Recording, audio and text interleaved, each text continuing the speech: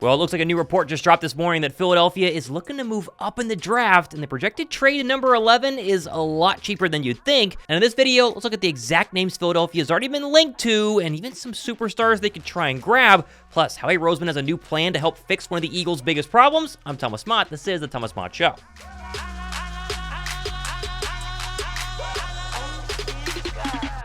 Offseason workout programs are still like over a month away, but that hasn't stopped multiple Eagles from getting their reps in, including newly signed safety CJ Johnson working out with Tywone Mullen via their Instagram story. And I'm sure the over 46,513 of you who are subscribed to this show would agree with Gardner Johnson when he tweeted earlier this week, quote, "When we talk about the top safeties, be sure to mention me. Too much disrespect out there. We're in a productivity league, so if that's the case, look deeply into the statistics." Now, if you want to talk stats, CJ, he's not really wrong. His 1 year in Philadelphia, he was an interception machine, which was one of the driving forces leading to the Eagles' success on defense. Then, of course, last year, the Eagles had very few turnovers. I mean, can you remember one that was really that special besides, I guess, the Darius Slay Dolphin interception? They had virtually none.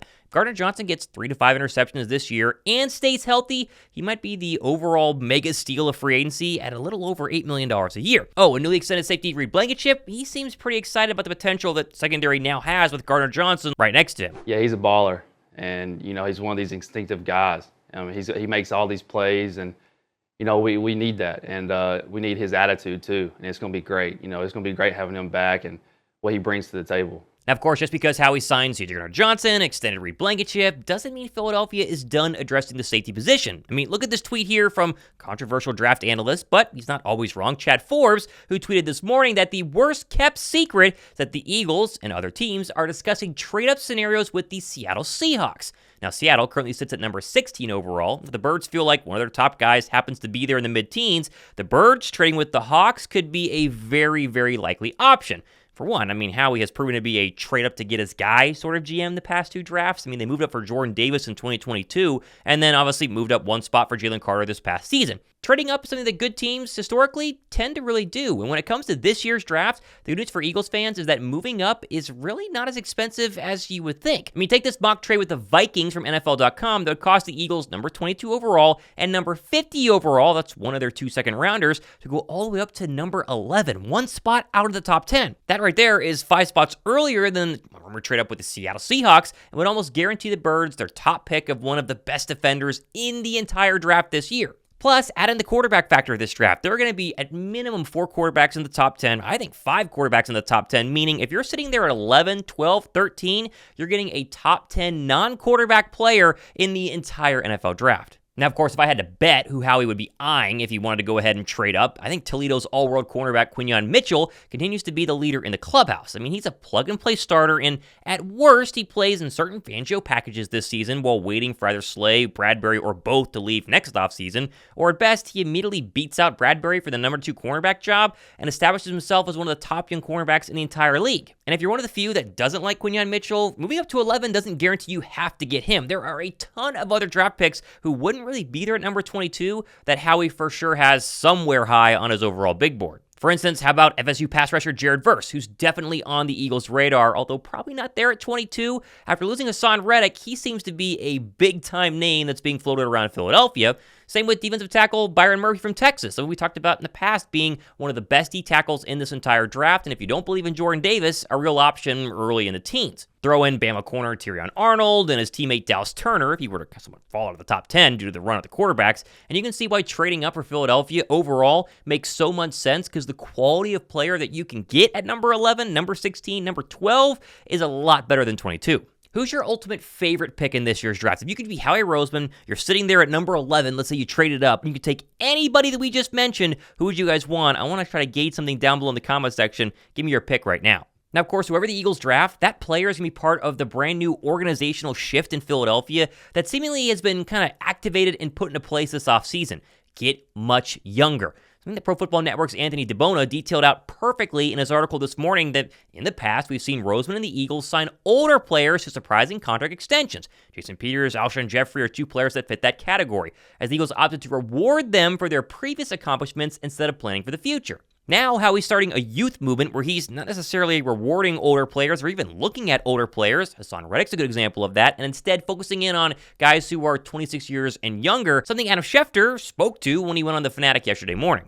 I think it's more that. Like, I think that they made the decision, like, we love the player, but again, you know what I think back to? I remember the Patriots always, moving on from guys, and you never wanted to move on from Richard Seymour or Lawyer Malloy or some of these guys, but they were like a little bit ahead of the curve.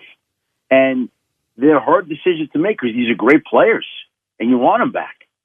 But again, you can't pay everybody, and they're opting not to pay the older guys here. DeBono also added that since the start of free agency, Philadelphia has signed or traded for 13 new players. Only one of those players was over 29 years old, and that was wide receiver Devontae Parker, who has a one-year deal. The Eagles included zero guaranteed money, basically meaning that he doesn't have to actually stay an Eagle this offseason. But guys like Bryce Huff and CJ Johnson and even Saquon Barkley, they're all young. And while Saquon Barkley's contract is a little bit more expensive than we would have liked, all of these guys are on a lot more team-friendly deals that say Haason Reddick's contract would have been the exact opposite. I think all Eagle fans should embrace this movement. I mean, overall, Philadelphia's done a good job. I mean, obviously, they won a Super Bowl in 2017, but the past couple of years, they do really focus in on getting younger, getting some better players in the draft, but they always have been hanging on to some older players. And while that works sometimes, it seems like the past couple of years, it's kind of burned Philadelphia, and I'm glad that Howie is seeing the mistakes in his past and trying to course correct to be a younger, healthier, smarter football team going forward. And while I know the comments hate me talking about Justin Simmons, Schefter made a really good point about why Justin Simmons is not an Eagle, and spoiler alert,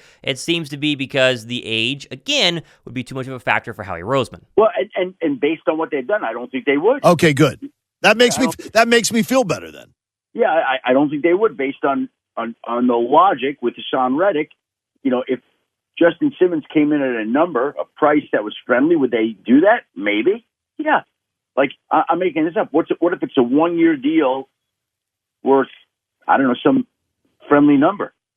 Would you do that? Oh, I absolutely would consider it. But the thing is, I wonder was a 1-year offer at a nice number considered to extend Haason Reddick? Every deal I'm going to look at and say, could that deal have been done to keep Haason Reddick here?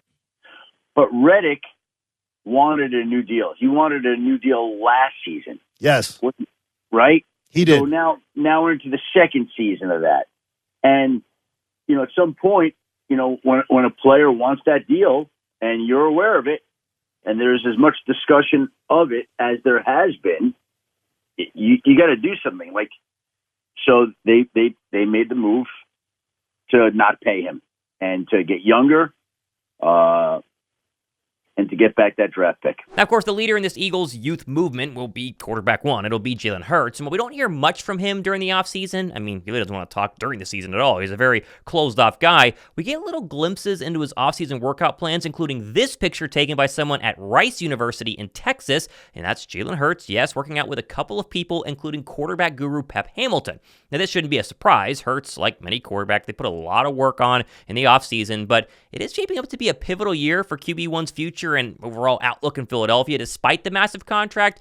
Always good to see him taking time to go ahead and improve anywhere, any way possible, even if that means working out at Rice's Stadium while he's probably either living, staying, or visiting his home state of Texas. And we got plenty more stuff happening the next couple of days and weeks. He missed the live show last night. Myself, Josh Davis, our weekly live show. We're doing another jersey giveaway during the NFL draft, and so be sure to go back and watch that show to learn how to get in and get entered. That way you could win a Quinyon Mitchell jersey or a Byron Murphy jersey or any of the other first-round draft picks Philadelphia could possibly have. We're giving away couple of those during nights one of the NFL draft. We'll also be live during the draft. If you have not watched our live draft shows, they're absolutely a ton of fun hanging out, answering questions. We're live for the entire first and obviously night 2 of the NFL draft as well. We have the picks earlier than a lot of people, including most of ESPN. If you watch their coverage, be sure to subscribe and get ready for that. We're a couple of weeks away. I'm Thomas Mott. This has been the Thomas Mott Show.